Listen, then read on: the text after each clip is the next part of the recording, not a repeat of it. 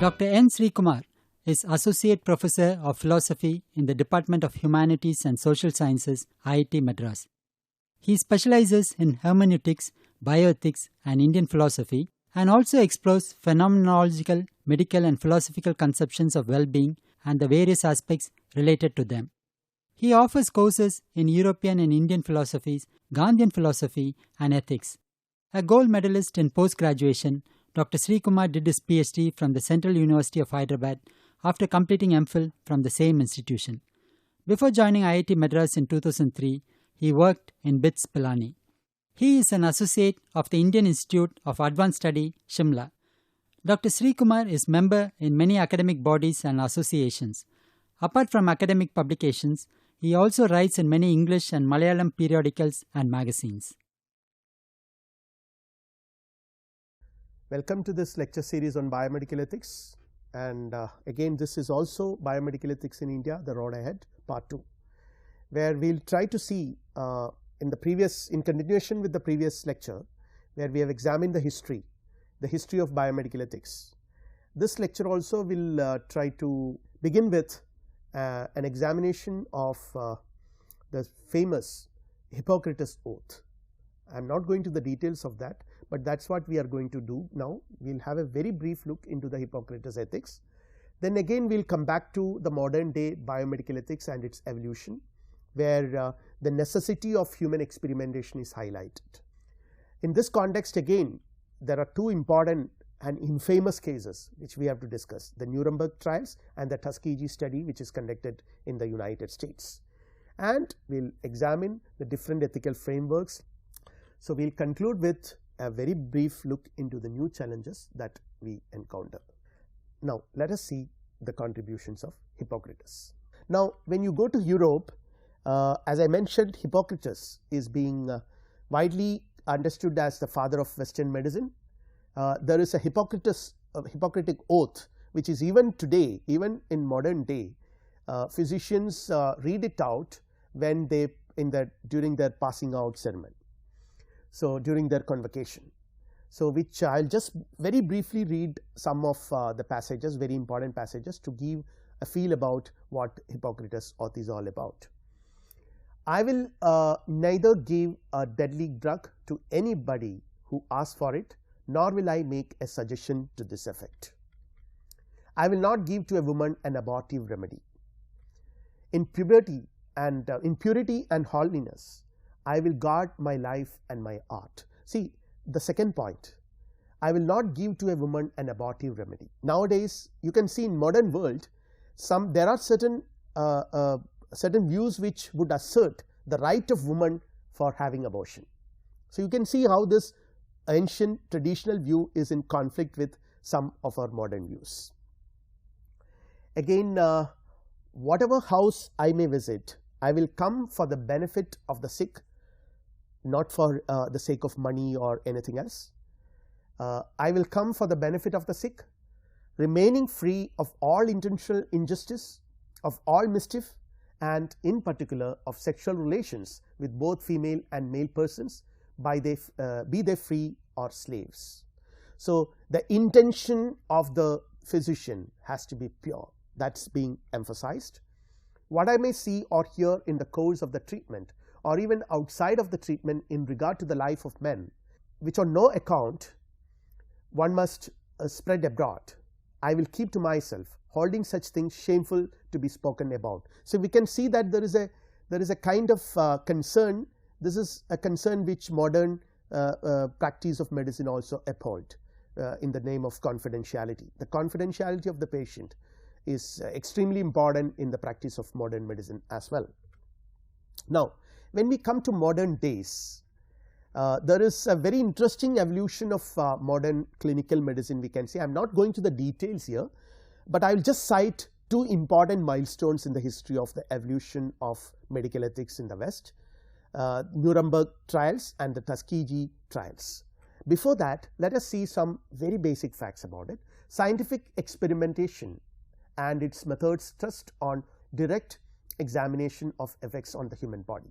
So as we have seen, the way in which modern medicine developed in the West, it had to employ new techniques and new methods, which is rooted in observation and experimentation. And these methods naturally stressed the importance of direct examination of human body, even dissection, cutting the body and seeing what is there inside, and also the effects of certain things in the human body. That's how experimentation need to be conducted. So this needed a lot of direct involvement of living human beings in scientific experimentation in the course of the evolution of modern medicine. In areas like bacteriology, immunology and physiology, experimentation on human subjects were inevitable, without which you cannot make any progress. So naturally people were employed, and during those days physicians did it on patients in hospital without informing them, and this often caused injury to the patients. Naturally physicians never thought that this needs to be informed, because they thought that they are the better authority. They would decide what is right, and in that process what happened was the patients, many patients, their basic rights were violated. They even lost their lives, became subjects of experimentation without their knowledge. Of course, all these activities have ultimately helped the development of modern medicine. We owe a lot to them, but at the same time they have to, such practices have to be condemned. So there is a greater realization that these practices have to be condemned and have to be very cautiously and done under very strict regulations and monitoring. The Nuremberg trial was an eye-opener, and the Tuskegee study of untreated syphilis was another milestone, as I already mentioned. And let us see this infamous incident. I will very briefly try to discuss this. Nuremberg doctors' trial. Its realization about the need for strict and clearly articulated codes in medical practice, which is universally applicable, which is and this Nuremberg doctors' trial actually brought out the Nuremberg Code of Ethics, which was an important pronouncement about human rights as well, because it mentions about, or it emphasizes the importance of following certain norms and codes and certain regulations while human experiments are conducted involving human beings. And what is this this Nuremberg trials? This was done by the Allied forces, United States of America, Soviet Union and several other European countries against the Nazi physicians and other officials who carried out human experimentation on war criminals and Jews. The Nazi physicians have they have conducted certain experiments on either on war criminals or their prisoners of war or on Nazis, to directly see what would be the impact on human body of certain medicines or certain processes, such activities involved a blatant violation of all human rights. The Charter of the International Military Tribunal establishing the laws and procedures that would govern the Nuremberg trials was signed on August 6, 1945, and 12 trials involving over 100 defendants and several different courts took place in Nuremberg from 1945 to 49. And see this very interesting words by Robert Jackson, who was a chief prosecutor of the United States at a war crime trial. There is a famous statement made by Robert Jackson. He says, I quote, "The wrongs which we seek to condemn and punish have been so calculated, so malignant and so devastating that civilization cannot tolerate their being ignored because it cannot survive their being repeated." Unquote. Very relevant. And this opening statement of the chief prosecutor in his speech actually set the stage for the 4-year long prosecution proceedings.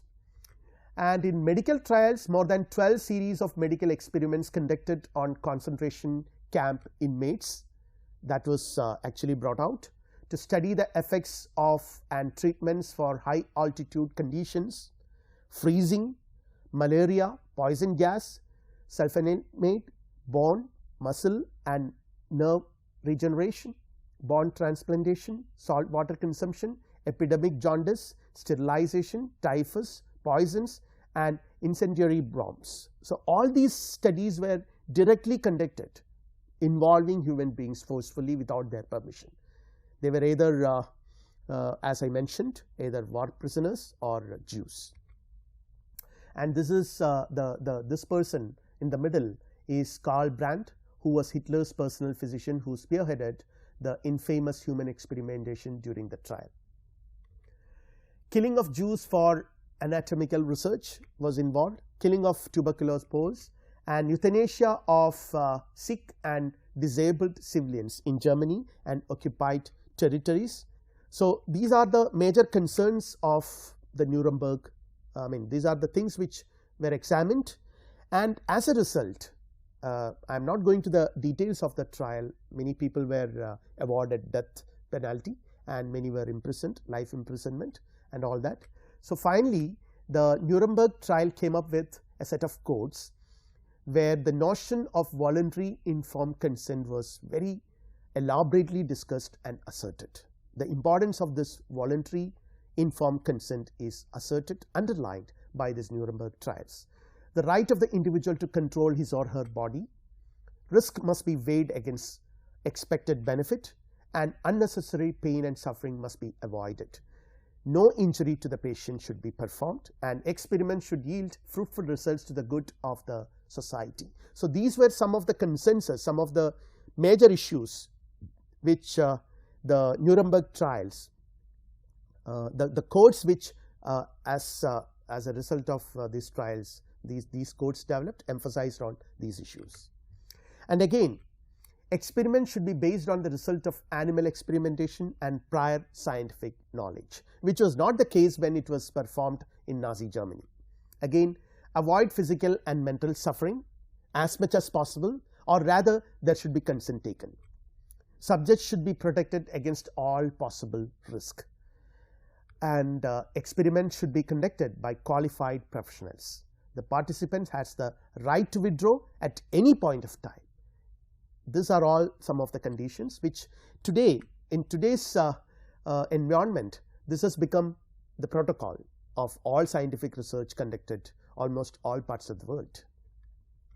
And another infamous incident is the Tuskegee study of untreated syphilis conducted by US physicians for over a period of 40 years, since 1932 onwards. And the peculiarity of this study is that it was conducted on African American males. No white man is involved in the study. So, there is a racial dimension to this discrimination as well, or rather this exploitation, this kind of torturing, in one sense we can put it in that way. The US Public Health Service and the Tuskegee Institute, Alabama, conducted a study to record the natural history of syphilis. It is a medical study that monitored to discover the effects of untreated syphilis, and it aimed at studying the effects of syphilis in the bodies of the African American males who are in the second stage of syphilis. And as I mentioned, it was a race based experiment conducted on African American men alone.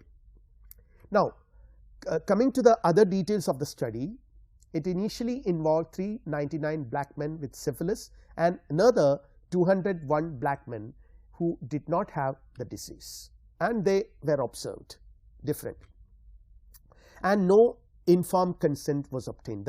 These participants were not informed that they were they were involved in a kind of an experimentation.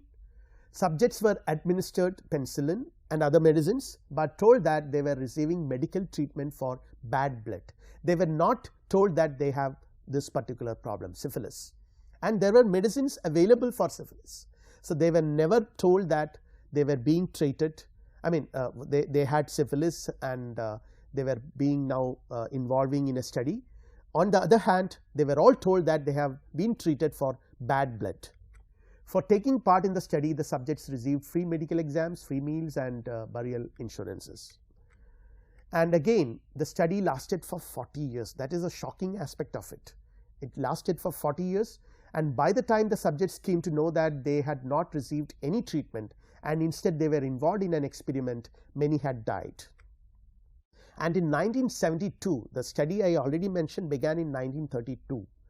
In 1972, the public came to know about the study through an Associated Press story, which created a lot of debate, a lot of controversy in the public media, and it was stopped following a public outcry. And some of the survivors filed a lawsuit against the doctors who participated in the study and the government who supported the study. And what happened was, the first lawsuit, Pollard versus United States of America, accused the US government, the Public Health Service, and the physicians for violating the rights of the patients involved. Naturally, the basic rights of the patients were ignored, completely violated, because they were not being told that they are part of a study. In 1973, the participants won the case and were awarded $10 million compensation. This was actually an eye-opener in the whole history of the evolution of medical ethics. So, these two infamous incidents, the Nuremberg trials which took place, the Nuremberg trials which happened in Nazi Germany, and the Tuskegee experimentation, these were two important milestones in the development of medical ethics. With this, let us have a short break now, and we will continue the lecture after the break.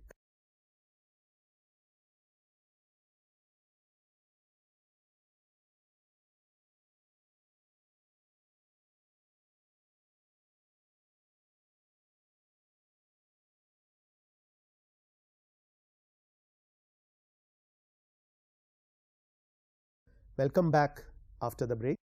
The issues I highlighted are they violated the constitutional rights of the participant, as it knew that the participants had syphilis and did not treat them. The Public Health Service did not disclose to the participants that they had syphilis. I have already mentioned this, and it did not inform them that they were participating in the study. It did not inform them that treatment was available for syphilis, but they are not being provided that. So, these are some of the issues involved. And again, as I mentioned, the participants were given the wrong impression that they were being properly treated for their disease, but actually they were not, and their written consent was not obtained. Only African Americans were part of the study, and no whites were selected to participate in it. Hence, the study was racially motivated. This adds to the complexity of the ethical issues involved in it. The value of life is a question here. So, who decides? And again, you can practice racial discrimination in this context. There were no rules and regulations governing the society. And now, let us keep all these in mind and come to the new scenario. When you come to the contemporary scenario, what is happening in the new scenario? More and more complexities are added due to globalization, commercialization, and technologization of medicine. I have already mentioned it in the beginning, that we are living in a world where medicine has become a highly complex enterprise, highly technologically complex enterprise, which involves where the practice of medicine is primarily made available through hospitals, which function like corporate organizations. So, we are in a world where everything is decided, the relationship between doctors and patients, which was the case earlier. The relationship was very simple. It was an immediate kind of a relationship, the patient and the doctor. The patient goes to the doctor, or even doctors go to the patients. There are family doctors concepts. But in the modern world, the patients go to the hospital. Your relationship with the physician is actually mediated through an organization, an institution, and it is highly impersonal in that way. And in this process of relationship, what matters is the conflict of interest is a major issue here. And again, we can see that medicine continues to be one of the major controlling mechanisms in modern societies, where the bodies of human beings are controlled by medical institutions, and even government uses it. Then again, with globalization and universalization of medicine, there are new challenges which involve cultural, economic and political issues. Cultural, because as I already pointed out, there could be conflict of values, like certain situations created by the practice of modern medicine is in conflict with certain long established values and conventions of societies. Then again, there are several economic factors, because these medical technologies which are available today are not available for everyone. And since hospitals functions like corporate organizations, only people who can afford treatment, the medical facilities or the medical practices available or accessible only to those people who can afford it. And then there are certain political issues as well. Need for more autonomy, confidentiality and privacy, because as I repeat, because of the medicalization of human body, because of the over technologization of medicine, there is a possibility that the patient's interests are not being taken care of. Rather, the physicians, the interest of the physicians or the interest of the hospitals or the healthcare institution as such, or the government, even society, this gain prominence over the individual patient. It's extremely important that the rights of the individuals are protected in a modern society, because modern society gives a lot of importance to individuals' autonomy, individuals' ability and right to decide what is good for himself or herself. Confidentiality and privacy are also issues which are related to this broader issues. Again, there is a need for transparency, more and more transparency of what is happening. People are concerned, people are anxious about what is happening to their bodies. Initially, physicians never revealed this to the patients, assuming that the patients are ignorant. So, and the patients also never expected the doctors, the physicians to tell them or discuss with them about their disease, and finally come up with a kind of consensus with them about the kind of treatment that is administered. That was the situation earlier, but now people are more and more concerned about, or rather they are more and more interested to know what is happening to them. They are more aware of their rights, and they would insist that they have a role in deciding what is good and what is right for them, or put it in other words, to define what is my well-being. It's my prerogative to define it in my own ways. And some of the concerns are clinical research and issues of consent. As the beginning of this talk today, I mentioned about the kind of violations that happen where proper consent is not taken by research participants. A lot of clinical research activities go on in the world today, and in India particularly. But to what extent these research endeavors take the permission or consent of the people who are involved, to what extent they protect the rights of the people, all these are concerns for a modern society. Autonomy, exploitation, these are all issues. And changing nature of physician-patient relationship, which I already touched upon in the previous slide when I mentioned about the kind of relationship. Earlier, as I mentioned, there was a direct relationship. Today it is mediated, and one can say that there was a kind of social trustee professionalism that existed in our early societies. Even 20 years back, this was the case. There was a kind of a social trustee professionalism where professionals or physicians would go to their patients. There is a family physician concept. They know their patients very well, their personal lives very well, and they took a kind of a personal care of their patients. But today it is expert professionalism, where there is no personal relationship involved between patient and physician. Relationship is absolutely professional and impersonal. And change in power equations, like this is again I have mentioned paternalism versus autonomy. Like earlier, the physician was always considered as above. I mean, there is no doubt that every relationship there is an element of power involved. So in the case of physician and patient, the patient is assumed to have lost all his autonomy due to his illness. That is the reason why he is going to the physician, and the physician is an authority. So he decides what is good, what is right. This was the kind of belief which ancient people, or rather some time back, people had. But now these beliefs are changing. Okay, it's true that as a patient I am not an authority of what is happening, but I have every right to know what is happening to me and what kind of procedure you as a physician is going to adopt to rectify my situation. So to treat me, these are some of the important aspects, some of the important concerns of modern man. Then again, issues related to death and dying, definition of death, suicide, euthanasia, etc. Death, what is death? So now we have new conceptions of death, brain death for example.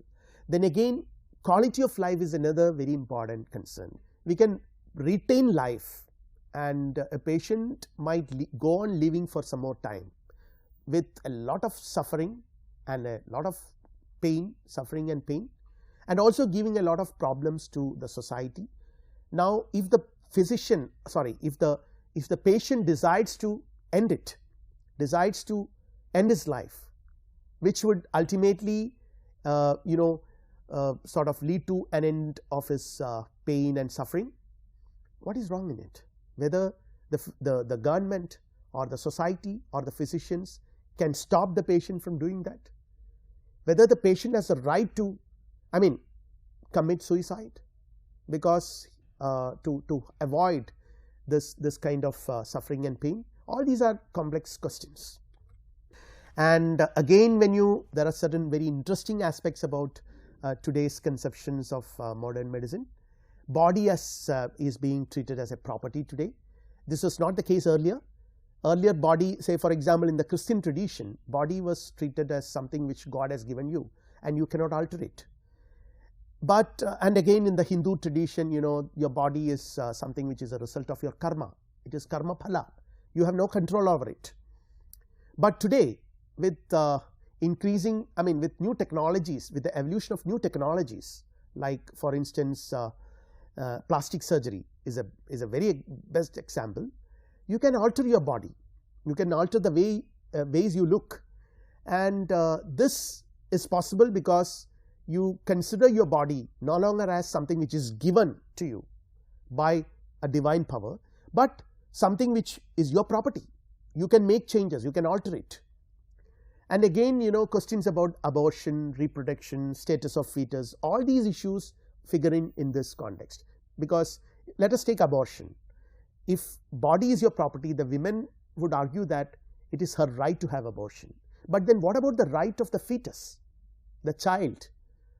Does it have the equal kind of a right to live? So again, reproduction, status of the fetus, etc. These are all very complex issues. Allocation of resources is another domain where modern practice of medicine faces a lot of problems, a lot of ethical dilemmas. Organ transplantations, etc., where you have a scarcity of resources and you have a lot of demand. So how do you allocate it? You have one heart but 5 people, one a highly educated man, another one a highly educated man without family, another person an illiterate man but who has a family and he takes care of his family. In these two cases, what will you do? Whether this heart will be given to the highly educated man who is a professor, say for example, who has no family but who is alone, who nobody depends on his life. But in the case of this illiterate who does job, manual labor for his society, and his family depends on his labor, so there is only one heart. How do you allocate? What is your policy here? Again, another important complex ethical issue. Privacy and confidentiality, which I have already mentioned. Then genetic issues, cloning, artificial methods of reproduction, etc. These are all new technologies which are evolved in the past 20-25 years. And Human Genome Project, which I think in the 1990s, and the stem cell research project is again in 2000. So all these are new technologies and new initiatives that make the domain of medical practice extremely complex, and there are on top of it cross cultural issues. So there are several frameworks suggested to tackle these problems. We have the virtue ethics framework, which we have already discussed in ancient India, where and ancient Greek views, where the purpose of medicine is to heal the sick, and for this the physician has to be compassionate. So the character of the physician is emphasized by these traditional views. And the deontological views, the term deontology is derived from deontos, which means duty. So it is concerned about, it says that what is important is duty. The physician has a duty. If you apply deontologism in the domain of medical ethics, it says that the physician has a duty towards his patient, and no patient should be treated as a means to an end, but every patient is a goal. The well-being of the patient is a goal of the physician. Treat others as ends. This is what deontologism would argue. And you have social contract theories, where which says that there are certain contracts on the basis of which modern societies function, and these human societies have evolved in the process of their socialization. And then utilitarianism is another view which says that consequences are more important. But apart from all these, in today's modern medicine, the principles based approach is more prominent, where 4 principles of autonomy, beneficence, non-maleficence and justice are highlighted. And here to decide what is right, one has to apply these principles and balance them. So autonomy will emphasize on respecting a person's right to make his own decisions, and the idea of informed consent is highlighted here. The beneficence, the principle of beneficence, highlight the principle of do good. Our actions must aim to benefit people. That means health, welfare, comfort, well-being, etc. And non-maleficence highlights the idea of doing no harm and avoid causing pain and suffering. And justice highlights the importance of treating all individuals fairly. These are some of the principles which are valid today globally in the practice of modern medicines, but we can see that even this involves a lot of challenges. Say for example, to culturally understand the principles. Say for instance, let us take to do good and justice are highly interpretative. What is justice in one society is not necessarily justice considered as justice in another society. Again, what is good in one society is not necessarily treated as good in another society. So they are culturally different, and it's very complex, very complicated how to interpret them. Who will decide what is good for the patient? Again, you are talking about doing good. Who will decide? The patient, or the family of the patient, or physician, or government? Say for instance, in a very highly individualistic society, in some of the Western countries you have, there will be an assertion on patient autonomy. It is the patient who decides. But in societies like India, the family plays a very important role, and also the physician plays an important role, even the government.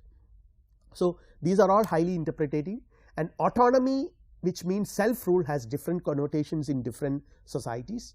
For example, considering a patient as autonomous individual is not very easy in countries like India. So these are some of the challenges. On the one hand, these principles are extremely important, empowering and fair, but on the other hand, they are highly interpretative and ambiguous. Each situation is in the cultural context is different and unique, and physicians and patients have to constantly negotiate. Constant debating of issues in public domain is essential, and here the civil society plays a very key role along with government and media. So it's a process. It's a process of understanding the meaning of life, in which all of us have to be participants. The common man, the physicians, the government, the policymakers, experts. Everyone has to come together, negotiate, debate, and find out what is the meaningful criteria. So it is an ongoing process, and there are a lot of challenges ahead, particularly in a country like India with a lot of diversity, but at the same time with a lot of rich insights from traditional life, traditional wisdom. So with this, I'll conclude this lecture, this talk on some of the important issues in medical ethics, the road ahead. So, let us summarize the topics which we have discussed in this lecture.